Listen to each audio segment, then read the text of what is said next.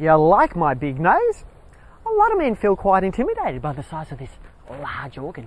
I try to tell them that it's not real, but they don't believe me. I say that you too can have a plastic latex nose enlargement just like me, but they think I'm a natural.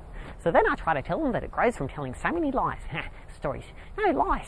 Stories. Lies. Stories. Lies. Stories. Lies. Stories. Lies. Stories. Jeez. Sometimes I get so confused by that voice in my head.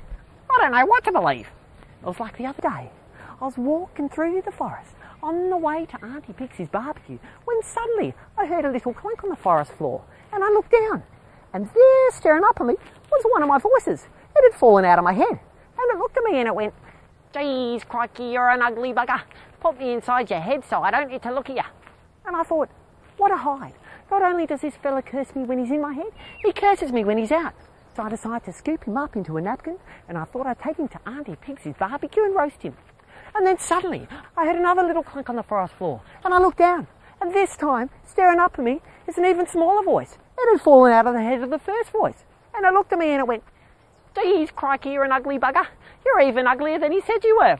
Put me inside his head so I don't need to look at you."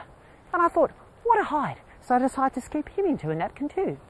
And then suddenly, just as I was about to open the door to Auntie Pixie's barbecue, I hear this awful whining. "Oh, please, mister, please don't hurt us. Put us inside your head and we'll be your best friend." And I thought, best friend, that sounds pretty good. So I scooped them up and put them in my head.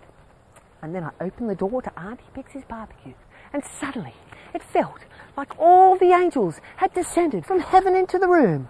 For there in front of me was one of the most beautiful, beautiful elven chicks I'd seen in my entire life, with long, pointy ears. We locked eyes and we began to speak. And as we spoke, we actually discovered we had a lot in common. For instance, she too would spend half the day emptying out the gunk in her ears, like I'd spend half the day emptying out the gunk in my nose. But then suddenly, I heard this voice in my head, "What if I smell?" And I started to think, "Oh, don't worry about that, Ravioli. Just keep your eyes focused on the prize." But then suddenly I heard the voice again, and I started to think, "Well, I didn't have a very long shower this morning. It's entirely possible. And she's looking at the food over there. Maybe she just wants to get away from me." And suddenly it just came out, "Do I smell?" And it went definitely quiet at the party. My little elven chick looked at me, and she said, "No," and turned around and walked away.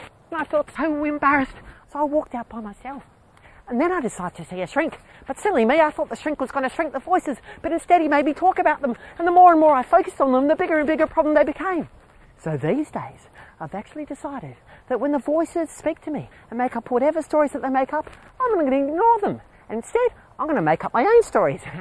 Oh, look, it's a butterfly.